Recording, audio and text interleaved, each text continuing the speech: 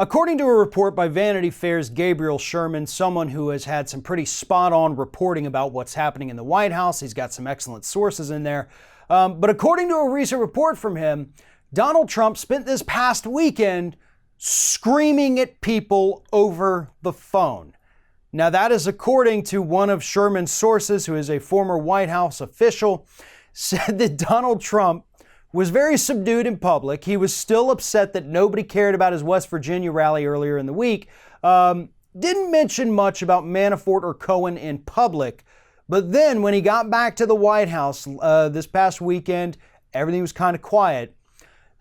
The source claims that Trump was just picking up the phone, calling people and screaming. That was the exact quote.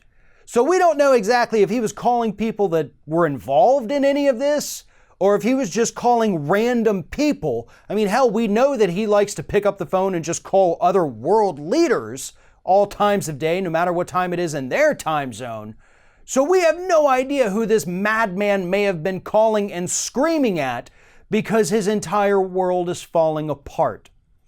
But this isn't about Donald Trump just randomly screaming at people over the phone. This is about the fact that he is obviously terrified about what's happening to his administration and to his legacy. He understands that the Manafort verdict, 8 counts guilty, that's going to hurt him, even if it had nothing to do with him in the trial. Cohen, on the other hand, implicated him in a felony, 2 felonies actually, which technically then implicates him in an unspoken 3rd felony of failure to disclose.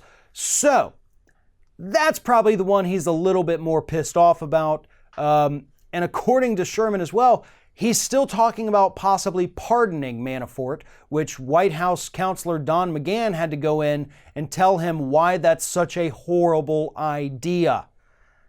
Donald Trump has no way out at this point. All he can do is scream and bark in the dark, knowing that nobody is coming to save him. He not only hitched his wagon to some of the most corrupt people in this country, he also happened to hire the most incompetent lawyers ever to pass the bar in the United States. So he has no help, he has no hope. He doesn't know what to do, so he's doing what he always does, throwing a major temper tantrum when things don't go his way. Not going to work this time.